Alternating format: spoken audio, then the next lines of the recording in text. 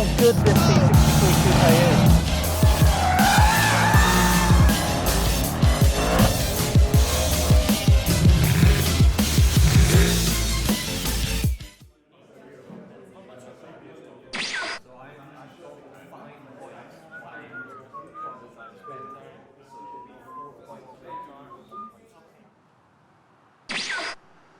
Hey guys, welcome back to RBR. And I was just in a secret facility in BMW headquarters Munich, where they were all too slowly unveiling the brand new 1 Series for this week. So I thought we would steal the flagship M135i XDrive to have a proper look here with you guys. And in BMW's own words, it's the dawn of a new era. It's actually a revolution rather than an evolution, or a continuation of a previous model. And the look should really give that away, because now the car is no longer rear-wheel drive. Now the new 1 Series is based on BMW's FAAR front-wheel drive platform as shared with the i3, the Mini, the X2, etc. So today I'm going to show you the 118i and the flagship BMW M135i XDrive. But before BMW even had the chance to tout how this could be as good if not better, the purists are in uproar and they won't be told otherwise because of the axing of the rear-wheel drive system. Now, is it such a big deal? They will of course tell you that it is, but the truth is there's positives and negatives to both formats. And to explore that properly, let's look at the first generation 1 Series as it was originally born. You'll note the very long front bonnet, the very reduced passenger cell itself, and in layman's terms, I guess it kind of looks like a saloon car with the boot kind of blown off. And then if we look at the second generation, very much an evolution. This is the M135i, so the predecessor to the car that we're looking at today, and it benefited from that lovely N55 engine that shared its architecture with the BMW M2. That rear-wheel drive element gave the car a unique place in the hot hatch market, because of the fact that it was a bit more purist and it didn't really have any competition in that sense. Then came the facelift. This was renamed to the M140i, and it has that turbocharged 6-cylinder engine which is famously shared with the new Toyota Supra. And this engine gave you 335 brake horsepower all to the rear wheels and made it a very exciting car indeed. And that makes it even more powerful than the car that we're looking at today. Now, undoubtedly, those cars rewarded their drivers because of the rear-wheel drive setup, but they did it at the expense of cabin space and load space, and generally less practicality than their rivals offered. And the reason for that was, of course, the rear-wheel drive structure and how the engine was actually mounted in the car. So I want to explain that to you guys so you kind of understand the difference between the two. In this type of car, you've got a longitudinal mounting for the engine, parallel to the direction of travel. So you've got the engine, and then you've got drive shaft linking to the rear axle where the power is delivered. And because of that, you lose space in the center console and in the cabin in general. But if we compare that to the new car, the engine is mounted transversely, so sideways almost. So you've got a lower center tunnel, you've got the drive shafts and all of the bulk of the car in the front, freeing up space in the cabin. You've got a much flatter floor because of that, and thus you have way more space inside. But still not rear-wheel drive, they will say. And because of that, you cannot fit the 6-cylinder engine in either. But their goal with the new car was to give buyers the best of both worlds. More space and an as dynamic car, if not even more dynamic. And that was their benchmark. They wanted to make it more dynamic than the previous 1 Series. And they have been developing this for now 5 years to get it right. And the arch nemesis of any front-wheel drive or small 4-wheel drive car like this is understeer. So what BMW have done, they've brought in a technology called ARB, as first seen in the i3S. What this does, it puts a slip controller directly on the engine rather than further away in the DSC, thus reducing signal delay, and it allows that system to stop extra slippage alongside the brakes and basically bye-bye understeer. Now, none of the other rivals do this, and it's going to probably make this car the most dynamic of the lot. So this tech is included in every single 1 Series as standard, including the flagship M135i's XDrive system that we are looking at today. So let's explore this M135i further. First of all, let's start with the design of the car. Now, you look at the shape, you can see it's much more traditional hatchback. Gone is that sawn-off saloon look, And now we have a car that, although similar in footprint, is actually very different in its shape. Now, in terms of the size of it, it's a teensy bit shorter than the previous car, but it's significantly wider with 34mm wider. And then you've got 13mm more height. So it's a very different shape. It's also 20 kg lighter than the outgoing car. And for the first time, you can get 19-inch wheels as an option on the 1 Series. That new shape with the new wheels gives the car a much more planted and a really nice stance to it when you look especially from that 3/4 side. But now let's look at the actual design itself. First of all, you will notice the grille. Of course, grille's getting larger, par for the course with new BMWs. But this particular grille on the M135i is a mesh grille. It'll look very similar to the Z4 Zagato concept and the new Z4 as it is today. You'll notice the lights, they're very large and they come all the way around to the side to above the wheel arch. They wanted to accentuate that as it's part of BMW's new design language.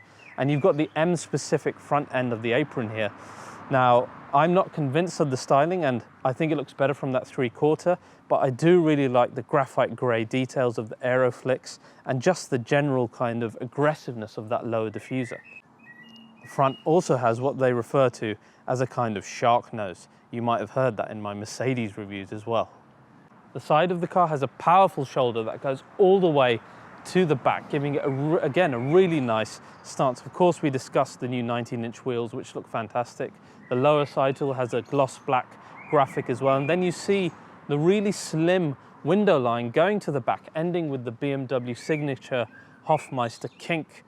Then we look at the rear, and the lights are very reminiscent of the new 3 Series or the 8. It's really grown up in that sense. And then you notice the much larger lower diffuser. And my favorite bit is you've got these kind of fake air intakes on the side, a bit reminiscent of the M2. I like the kind of width that they give the rear of the car. And apart from that, you've also got these gorgeous 100mm proper exhaust pipes at the bottom. These look really, really good. But my other favorite bit is the roof spoiler. Just check this out. It's body colored, but look at the dip in the middle and the way it flows up. It just gives it such an awesome look on the rear. Now let's get on to the specs. Now, of course, this is XDrive, but rather than the XDrive we've seen, for example, in the BMW M5, this is more like its rivals, like the Golf R and the A35. So I want you to think of that Holdex four-wheel drive system, where you usually have power in the front, and when needed, you can transfer only 50% to the rear. Now, this car, as I said, we don't have the 6-cylinder. Instead, now we have an inline 4-cylinder turbo engine called the B48, as shared with the JCW cars or the new X2. And this gives this car 306 brake horsepower and a 0 to 60 of 4.8. Or if you get the M Performance package, which is available tail end of this year, that'll go to 4.7. That is still milliseconds lower, however, than the M140i outgoing car. Kind of get where the purists are coming from. However, BMW have said that this car matches the Nürburgring time of the outgoing car. So that's got to count for something. Now, do you want to hear it? Of course you do. So this is what it sounds like. I think it sounds pretty good for a 4-pot, don't you? Now, you note from the specs and the shape and everything about this car, it's so similar to its rivals, to the VW, to the Ford, to the Audi, and to the AMG A35. Now, I think this is very deliberate. BMW, rather than resting on their laurels at the fact that they have a unique car that's rear-wheel drive, instead they've entered enemy territory and they intend to school them at what they do best. This is a bold move, and I can't wait to put this car up against the others, because there's a great chance that the BMW could be the more dynamic of the lot. But to those who are still disappointed by this, apparently the next 2 Series will still maintain that rear-wheel drive architecture. There will still be a 40i as well. And again, this is just for a very small proportion. Did you know that the M-Lights only consisted of 3% of total 1 Series sales? That is a tiny amount. So this really is a revolution. Much like when the A-Class went from box to a sportier car, this is now completely changed. It's a new shape, a new design, new architecture, new technology to deal with understeer. Way more space inside, as we'll see in a minute, both for the passengers and for the actual load capacity itself. This could be a big turning point for the 1 Series in terms of the general buyer. But to see just really how much you benefit from those changes in this car, we need to have a look at the inside. So let's return the car and have a look inside together. So here we are back in the studio. Hope I don't get in too much trouble for stealing the car. Now, the new interior of the new 1 Series. The first thing that of course gets you, and I always talk about this, the driver zone is so important. So now of course we've got 2 digital screens finally in the 1 Series, and they comprise of 2 10.25-inch screens. And you'll notice the driver zone one in front of us, the digital graphic inside actually matches the shape of the kidney grille outside. Now I'm going to point out quite a few places in the interior as we go along where you'll see this exact same design mimicked throughout the car, and it's nice to see that theme run throughout the interior. Now the first thing I want to do is compare this entire front dashboard area to the previous M140i. So you can see exactly how much has changed just from a structural basis. And when you look at it in that perspective, you will see that the changes are huge. First of all, this screen that you have here is a lot lower down. It's less restrictive of the view that you have in front. And generally the bulk of the front dashboard has been reduced as much as possible. So they've tried to package this part of the interior as tightly as possible to give you as much space as you can get inside. Generally speaking, in the front end as well, I've got about 42 mm more space in terms of elbow room as well. So it is significant. We talked about how much wider the car is, yet it's shorter in its length. All of that is going to the interior, especially with the reduction of the area needed for the engine. The other thing I noticed immediately from the previous car is how this area is so much cleaner. You haven't got that asymmetrical area here which you had on the previous car. Now it's just one simple center console with the drive unit that you will notice very similar to the brand new 3 Series.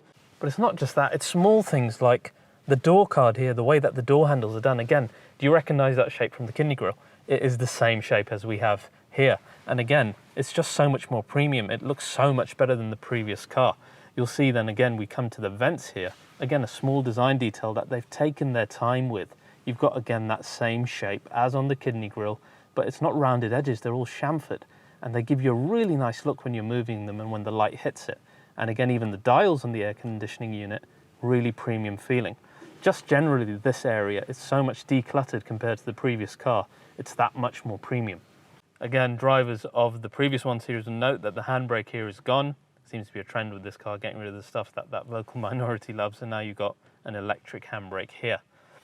In this M135i, of course, there's even more use of material, so we've got a healthy dose of Alcantara. We've got this interesting weave in between these sports seats here, which of course the seats mimic the ones that you've got, for example, in the Z4. They're really good for grip. It'll be interesting to see when we drive this how well they hold you. I suspect very well indeed.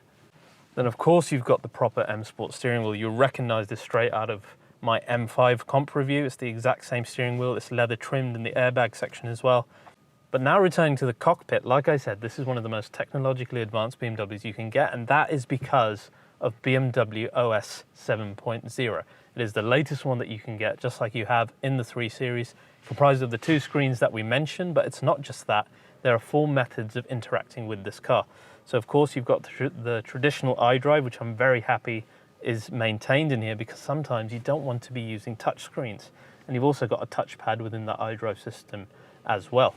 You also have touch in the screen here, as you would expect it to be from the previous iDrive systems, and you've got gesture control as we've become used to in BMWs.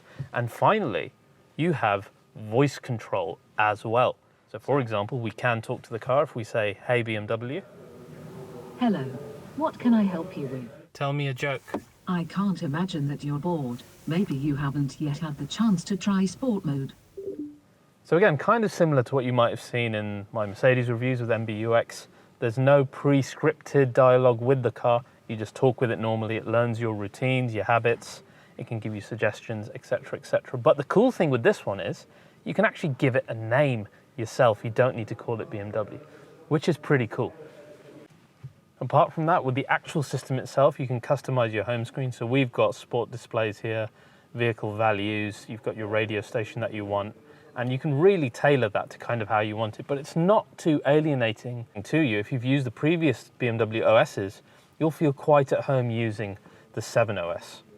Now, complementing this, you do have the option of a full color 9-inch heads-up display for the first time in the 1 Series. And again, you can display whatever information you want on there, Again, just bringing this car up a level in terms of technology. Now, just looking at the options you can get, something I absolutely love in this interior, I've never seen it in another car, are the trim strips here with ambient lighting literally embedded inside. Now, that is a different mesh depending on what trim strip you go for, but how much nicer is it to have a different take on ambient lighting rather than having, you know, underneath a trim strip as you have in every single car in the world. It's nice to see a new way of thinking about this. And I also like how it's kind of textured. There's a lot of texture going on in this car, and it's really quite nice to see. And you can get a panoramic roof, a full panoramic roof, an electric one for the first time in a 1 Series. So that'll bring a lot more light into this much bigger cabin anyway. Speaking of bigger cabins then, of course, like I said earlier, we've got 42 millimeters more room just for the driver and the passenger, but the ones who really benefit from this are the rear passengers. So in the rear, we've got 33 mil more knee room, which is a lot of knee room, and it's one of the things that a lot of reviewers and owners complained about in the previous car, that there just wasn't enough room in the rear. You've also got 13 millimeters more elbow room, you've got 19 millimeters headroom if you get the pan roof as well, so it's a lot area. The size of the boot is up to 380 litres now, which is 20 up from the last car, and the actual aperture to get stuff in is a lot wider. And plus, because the entire interior of the car is a lot flatter thanks to the way that the car has been built, you can actually load things in a much flatter way than the previous car.